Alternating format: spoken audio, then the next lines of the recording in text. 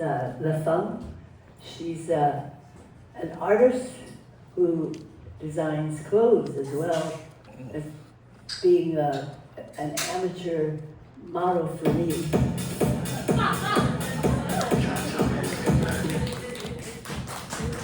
I didn't realize they have to get up on the stage to sit down. But maybe, go ahead. This way people can see the outfits better, perhaps. So this one was my beatnik outfit during the 60s.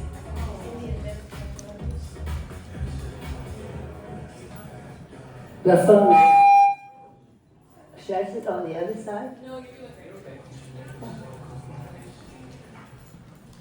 Okay. Here comes one of the newest person I met today. This is Kim An Lak Grout, who is the daughter of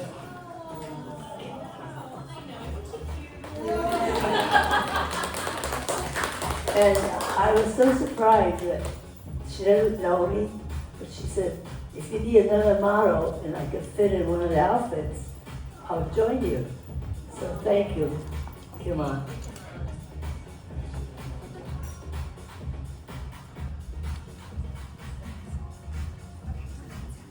Good. This is not Paris runway fashion show. This is what you get in the neighborhood. So this is Katie Kwan with her 3-year-old son, Simon. Now, she was actually pregnant when she wore this ski outfit that I made for my 14-year-old son in late 1960s. And actually, you know, did any of you ever get a package like a puzzle and all the pieces are cut out and you have to put it together? You've done it. Wow, well, it took me months and hours to make this ski outfit because my son says, it's easy. Go ahead, Mom. So anyway, I kept it because at one time it fitted me, except I had to roll up 4 to 5 inches of leg room. And anyway, I'm not sure I could fit it now, but thank you, Katie Kwan. And Simon. Simon was supposed to carry, what do you have here? It's a red panda. We'll talk about it when we actually see more of the mommy red panda that's going to come down the aisle.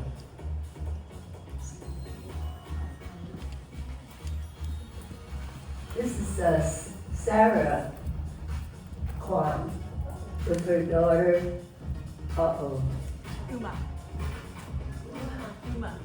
Uma. How do you spell that? U-M-A. Now, Sarah and Luma, she's carrying the mommy red panda.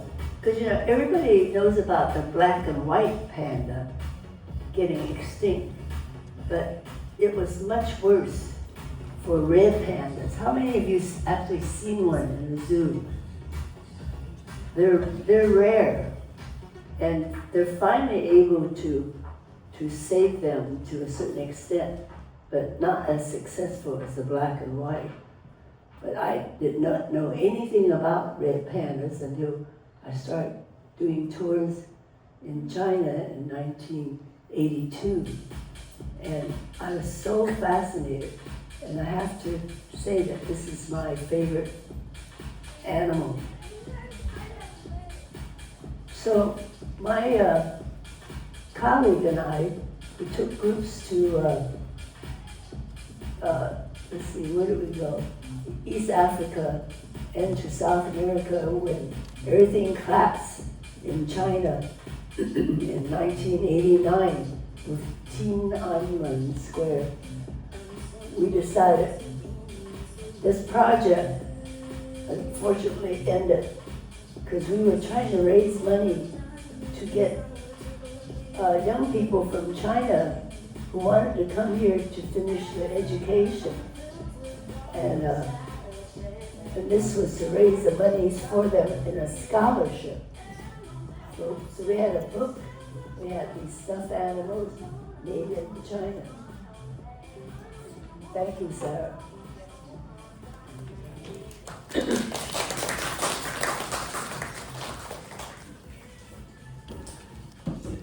So this is Carrie. She's a neighbor of mine in the apartment building. She's from Taiwan originally, but been here for decades. And this outfit that I made is actually the batik blouse from Thailand, sent by one of my friends who was a college mate. And I didn't particularly like the mini length of the blouse. So I put the pleated what's the material and made it into a complete dress. So thank you, Carrie.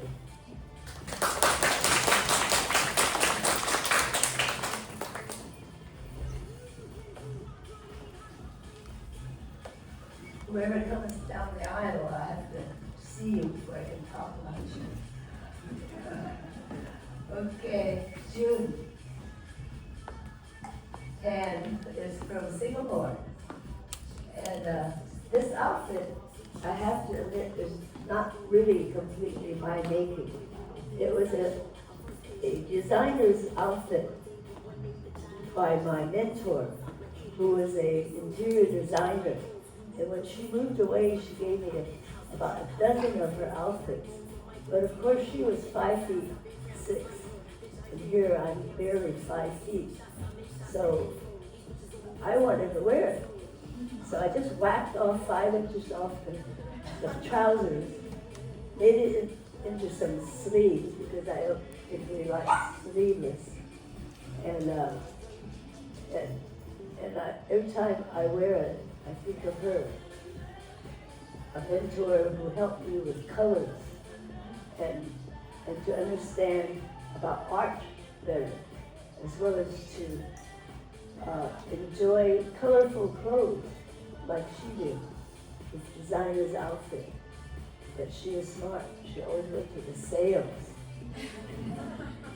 Thank you.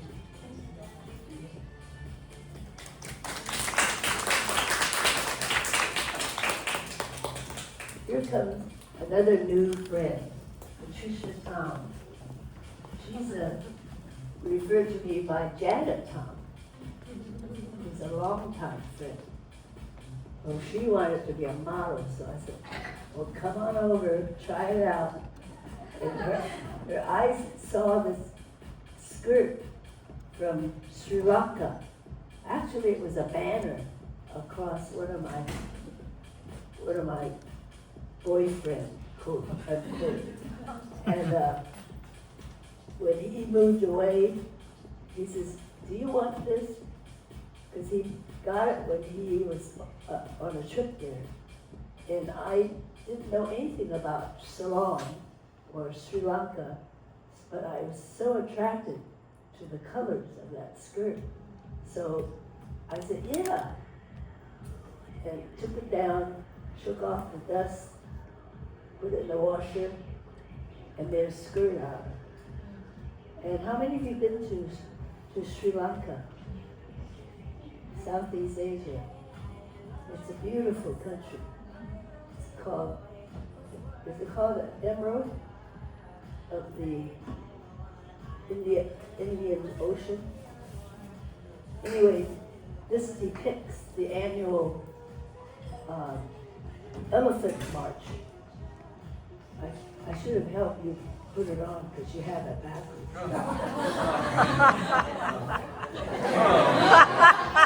The elephant should be out front. Okay. In the Yeah. front? On the very front? Yeah, very front. So if any of you been, when you do go to Ceylon or Sri Lanka, in their cities out in the country, old city, Kandy, they have this parade every year where the elephant actually comes out with the entourage of all kinds of symbolic banners and celebration. Thank you, Patricia.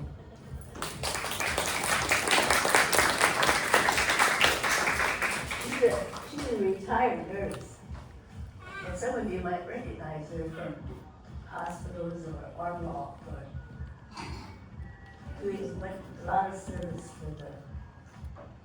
for the community. For how many decades? At least 3 or 4. So, okay, who's next? Oh, this is Remy. He's the husband of June from New York City. And actually, I needed some mail, and he's one of the few that were brave enough to join a group of women. So I think, yeah. And of course, some of you recognize the embroidery that I had done during COVID, because I couldn't leave my apartment for about, 23 months, except to come down and meet James Chan with some food from Chinatown. Otherwise, I just kept myself preoccupied by doing the embroidery. Thank you, Remy.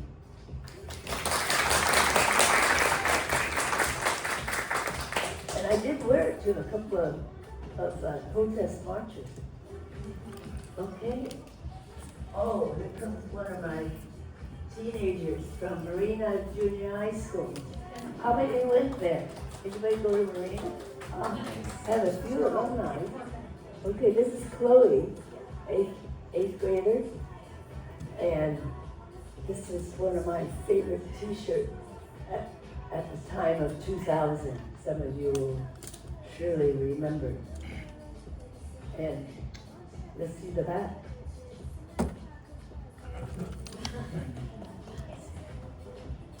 So, she was in my first fashion and film at Great Star Theater with her classmate. So, thank you, Chloe. Woo. W.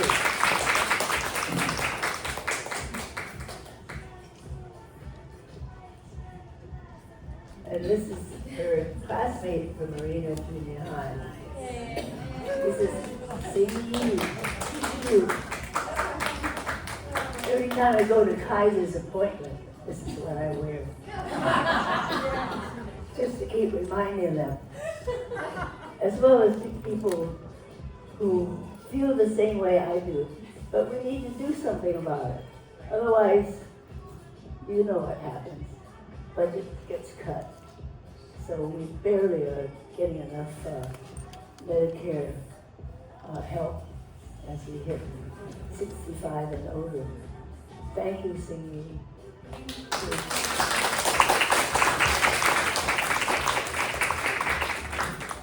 Okay, we're coming to the end. This is my very first rice sack dress. And I have a brother who is a pack rat like me. So he had all these rice sacks.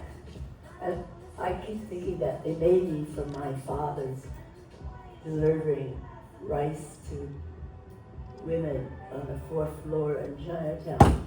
But anyway, when I was in Hawaii, you know how hot it gets and humid. Well, that was the only time I dare wear a mini skirt. And this was what I made to wear to run around in. But as my legs got uglier, I decided tights is the only thing.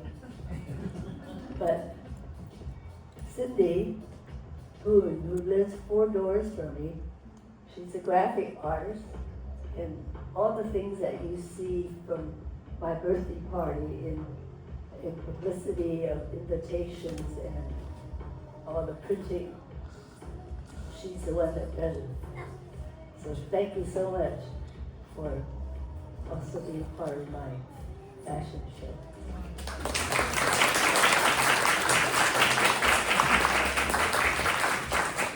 And now for the conclusion. This is Anna Jung from Boston, a muralist, illustrator, graphic artist. She has the 3rd sack dress outfit that I made for Christine. No, not Christine. Andrea. Andrea Lowe, who wrote or who took photographs for Chinatown Pretty. Anybody know about the book, Chinatown Pretty? A few of you. That she wrote, that she took photos of Chinese, mostly women, but there are men in it, all over North America, 5 major Chinatowns. New York, I think Vancouver, Los Angeles, Chicago, and they put it in a book, and Valerie Luke was the one that wrote the commentaries that went with the pictures of the elders from Chinatown, who sometimes they don't know it, but they are fashionista. Others would wear clothes that always came from Salvation Army, mismatched socks or colors that clash. And anyway, she's carried, I gotta finish saying about the outfit. Actually, the person who wore it for the first time was Andrea Lowe, L-O.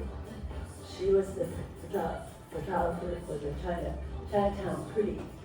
But this is during COVID. The fashion show got postponed 3 times because of COVID, because of rain, or because of something else happening. So finally it took place at Great Star Theater in Chinatown on Jackson Street. But by that time, Andrea was 8 months along. So what do you do with an outfit to fit her when the one I had chosen for her to wear, she no longer could get her head through it. So anyway, so I quickly made this sack dress and used it. Fortunately, I had two sets of it so that I could put them together and make it like a for someone who's going to have a baby in 3 weeks. And to honor one of our models who was also there at Great Star Theater, she's sick, and she would have worn this outfit, as I think some of you may remember seeing in the documentary that I made in 8th grade. You know, we had to take home economics. How many of you had to take that course? Yeah, when we were, just because we were females, we had to take that course. And one of the projects, or one of the sections, is a sewing class. And we had, as a final, we had to pick out a pattern, pick out a fabric, and make it. So this is 100% wool, still lasted 1949. And of course it's gone through two changes. I was trying to keep up with the fashion of mini skirts, so I had whacked it off above the white lace. And when that trend kind of went out the window and my legs were getting blemishes and varicose veins, then I added back the piece that I whacked off by putting lace to connect it. And of course trim it up so that it'd be a little bit more colorful. And I think I got an A on the course, but not until the sewing teacher, Miss Price, oh, I could still see her face. She says, "What? You bought the worst fabric and the hardest pattern that a beginner could use." But anyway, she passed me. Thank you, Anna. Oh, sorry. Come on. No. No, it isn't. No? Can you see? Oh, gosh. You did show up. This is Kalita, or her stage name. Stage name is Kalita Garton. She's my Maloof. who? Maloof. Kalita Maloof. Aloof. Oh, that's another name that I haven't figured out yet. So many names. Okay. She is another neighbor.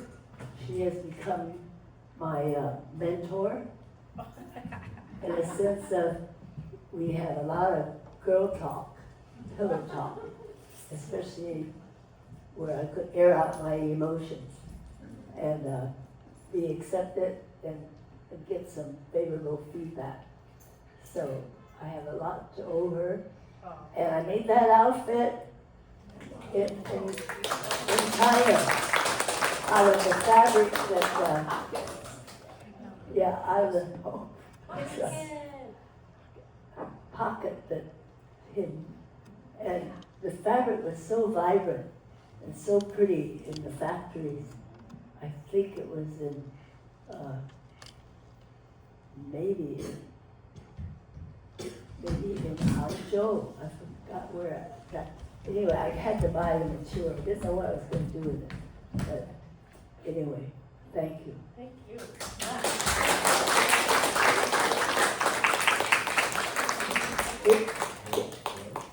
Did we get everybody? Okay. Can you hear me? Hello? So, is this on yet? Okay. Thank you to our wonderful models. You did a great job. You can sign up for your professional debuts some through Polka Dot. Anyway, so we're going to do a group picture as you get ready. I suggest the back row stand up, but before that, I'd like Scott Land, our CEO, to come up, say hello, or just wave to us. No, you got to say hello. So, CEO of Cameron House.